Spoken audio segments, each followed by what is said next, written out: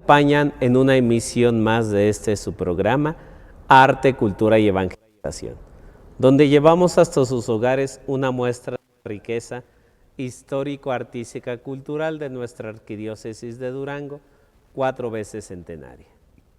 Les deseamos un feliz año nuevo, que todos sus planes, proyectos, propósitos y buenos deseos lleguen a un buen cumplimiento, y que la providencia divina y la protección maternal de María y de San José los acompañen en todos los aspectos de su vida. Nos encontramos en vísperas de una de las fiestas más populares, pero al mismo tiempo más antiguas del cristianismo, incluso más antigua que la Navidad. Me refiero a la fiesta de la Epifanía, conocida popularmente como el Día de Reyes. Epifanía es una palabra griega que viene de epifaneia, que significa manifestación, que en su origen significa la primera luz que aparece en el horizonte antes de salir el sol. Esta luz se tomó como símbolo de la iluminación espiritual en todas las religiones. Por eso la luz viene siempre de Oriente. E incluso los templos cristianos tenían el diseño de que su frontispicio siempre fueran construidos hacia el oriente. Toda manifestación de Dios tiene que ser universal. Dios no puede tener ni privilegios ni exclusividades. No estamos celebrando solamente una fecha casual, sino la realidad de que Dios ha venido para todos los pueblos. Y por ello el Oriente cristiano desde el 6 de enero celebra el solsticio de invierno y al mismo tiempo la Natividad de nuestro Señor. En el occidente cristiano se comenzó a celebrar siglos más tarde el 25 de diciembre. ¿Y por qué el 6 de enero? Porque en Oriente se da ese fenómeno de el día que es un poco más largo y con el fin teológico de presentarnos 3 epifanías o 3 manifestaciones del Señor: la adoración de los reyes, el bautismo del Señor y las bodas de Caná. Son las 3 fiestas que celebra la Iglesia de Oriente para manifestarnos la manifestación, valga la redundancia, de nuestro Señor Jesucristo como Salvador del mundo. Y a través de los siglos, esta fiesta se ha ido adornando con la presencia de unos personajes particulares que se le denominan los 3 Reyes Magos, que en realidad no sabemos si eran 3, ni tampoco eran mago en el sentido que hoy le damos a la palabra de prestidigitador o ilusionista, sino magoi significa miembro de una casta sacerdotal persa. Probablemente eran sabios, eran astrónomos o eran gente de la corte de los reyes de Persia. Magoi, la primera evidencia de la palabra magoi viene de Heródoto, el historiador griego. Pertenecía los magoi a la casta de los medos. Eran sacerdotes de Persia y siempre tuvieron una presencia dentro de la corte. En el libro del profeta Jeremías, en el capítulo 39, versículo 3, aparece también el título de mago jefe, cuando se refiere a Nergal-Sarecer, un noble de la corte de los reyes. También la presencia de los magoi estuvo en el gobierno de Ciro, en el gobierno de Cambises, hijo de Ciro, de Darío, Todos ellos tuvieron alguna presencia de los magos que de una u otra manera pues contribuían a la casta de la nobleza persa. En el Nuevo Testamento aparece pues sobre todo en San Mateo. San Mateo, que es quien nos habla de la presencia de los magoi, los sabios de Occidente, que manifiestan ese deseo de conocer a Dios, de conocer a aquel que se había revelado a través de una estrella y cuyo nacimiento venían a presenciar. Dice aquí nuestro diccionario de Biblia: los magos eran originariamente una tribu de la Media, es decir, de Persia, del actual país de Irán. Estaban revestidos de funciones sacerdotales, de ahí que ejercían cierto poder o cierta ciencia. El origen y etimología de la palabra son inciertos. Como sacerdotes persas se ocupaban de la astronomía y la astrología. Recordemos, la astronomía mide los acontecimientos o las fechas o los eventos de los astros, sobre todo, las direcciones, las curvaturas, las trayectorias. Y la astrología interpreta la influencia de los astros en la vida cotidiana. Eran considerados como poseedores de una ciencia oculta. En la literatura astrológica de los griegos, a los magoi se les llamaba también o se les consideraba hechiceros. En Mateo 2.1, el Evangelio de San Mateo, los magoi son los sabios venidos de Oriente. Si estos magoi fueron sacerdotes persas, no sabemos a ciencia cierta, y probablemente su patria pues era Arabia, Mesopotamia o Babilonia. Un padre de la Iglesia sostuvo que los magos fuesen reyes. Tertuliano es el que en cierto modo aplica esto interpretando el Salmo 72, versículo 10, que dice: los reyes de Tarsis y de las islas ofrecerán presentes, los reyes de Arabia y de Saba le traerán sus regalos, y todos los reyes de la tierra le adorarán. Es a partir de ahí que al sabio, que al noble persa, se le da el título de rey, gracias a la aportación de Tertuliano. La narración evangélica no menciona el número de magos, no dice que eran 3. La interpretación se da a partir de los regalos, oro, incienso y mirra, y por ello se deduce que eran 3.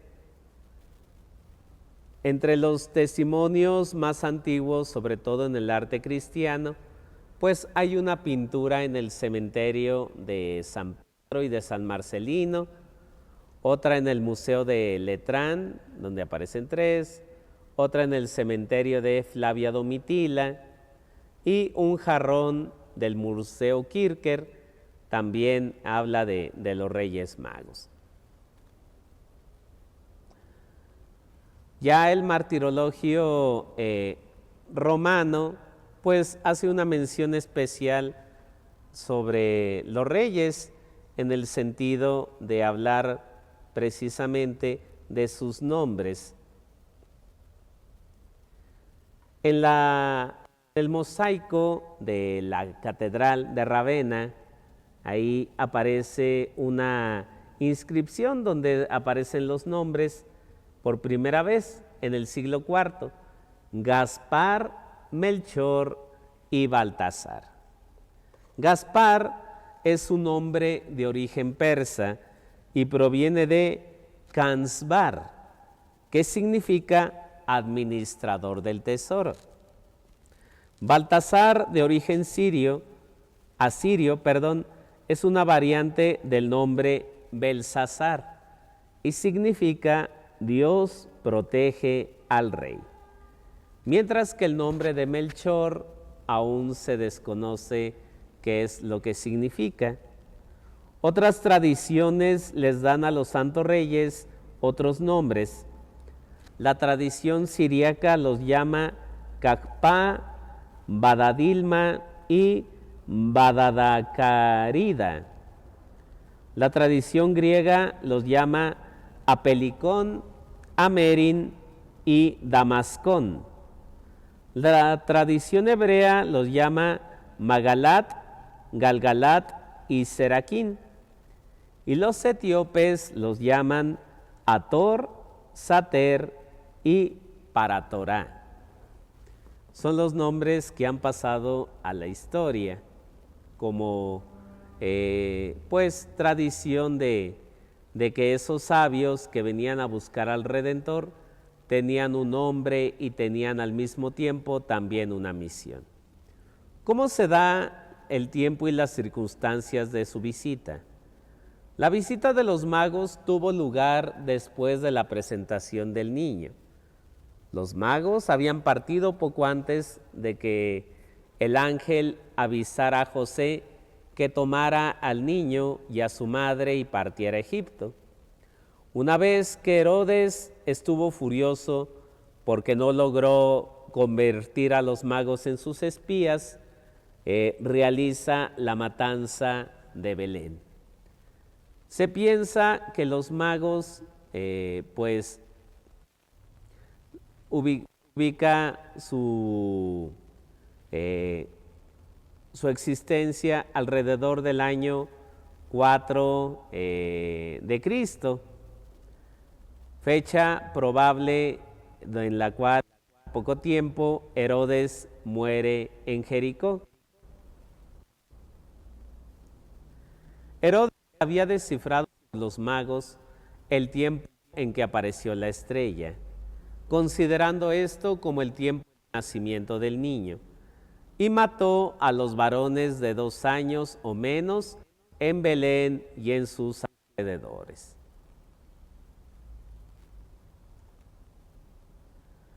Desde Persia y de donde supuestamente llegaron los magos hasta Jerusalén, había un trayecto entre 1000 y 1200 millas. Tal distancia pudo haberles tomado entre 3 y 12 meses en camello. Además del tiempo del viaje, emplearon probablemente varias semanas de preparación. Los magos pudieron haber llegado a Jerusalén 1 año o más después de la aparición de la estrella.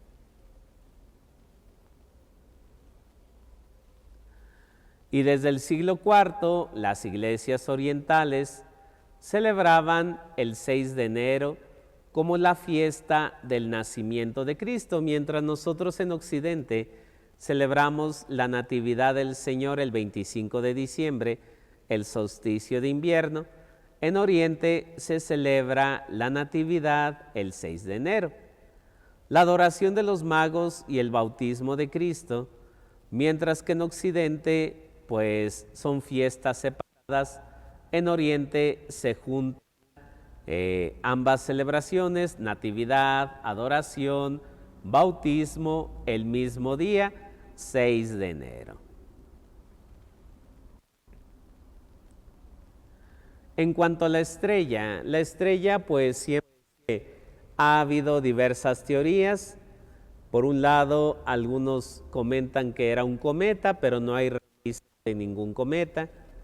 También se dice que pudo haber sido la conjunción de Júpiter y Saturno, la alineación de ambos planetas, o la alineación de Júpiter y Venus. También los magos pudieron haber visto una estela nova, una estrella que aumenta de repente en tamaño y brillo y luego disminuye de nuevo.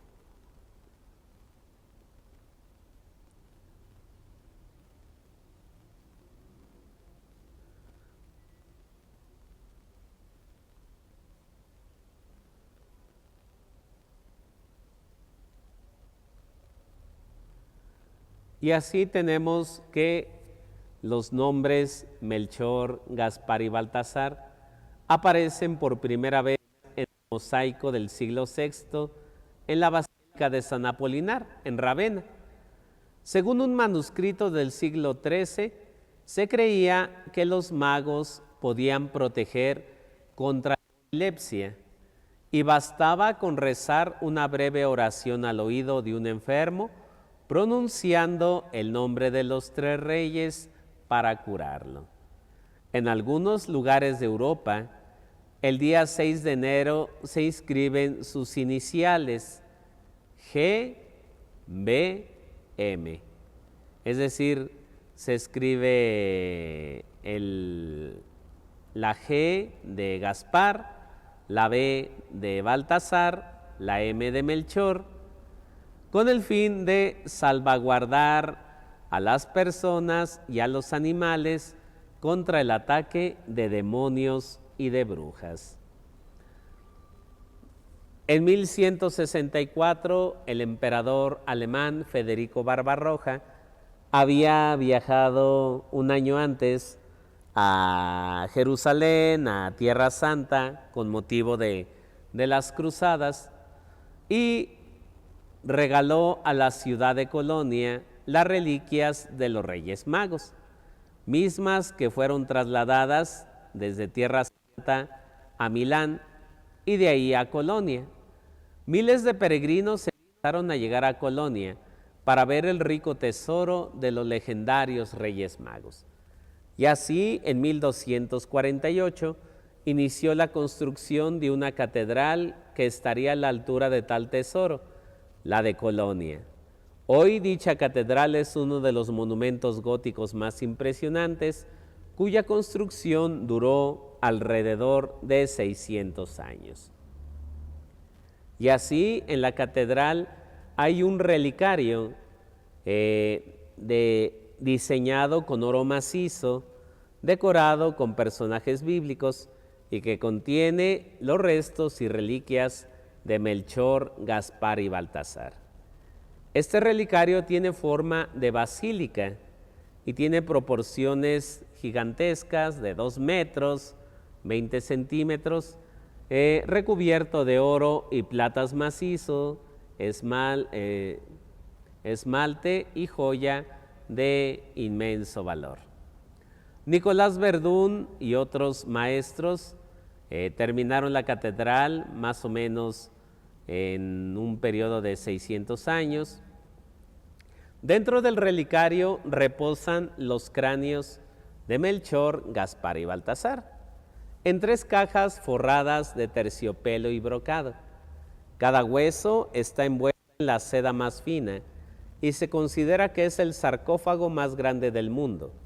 Su peso es de 350 kilos de oro, plata y bermeil, una mezcla de metales preciosos.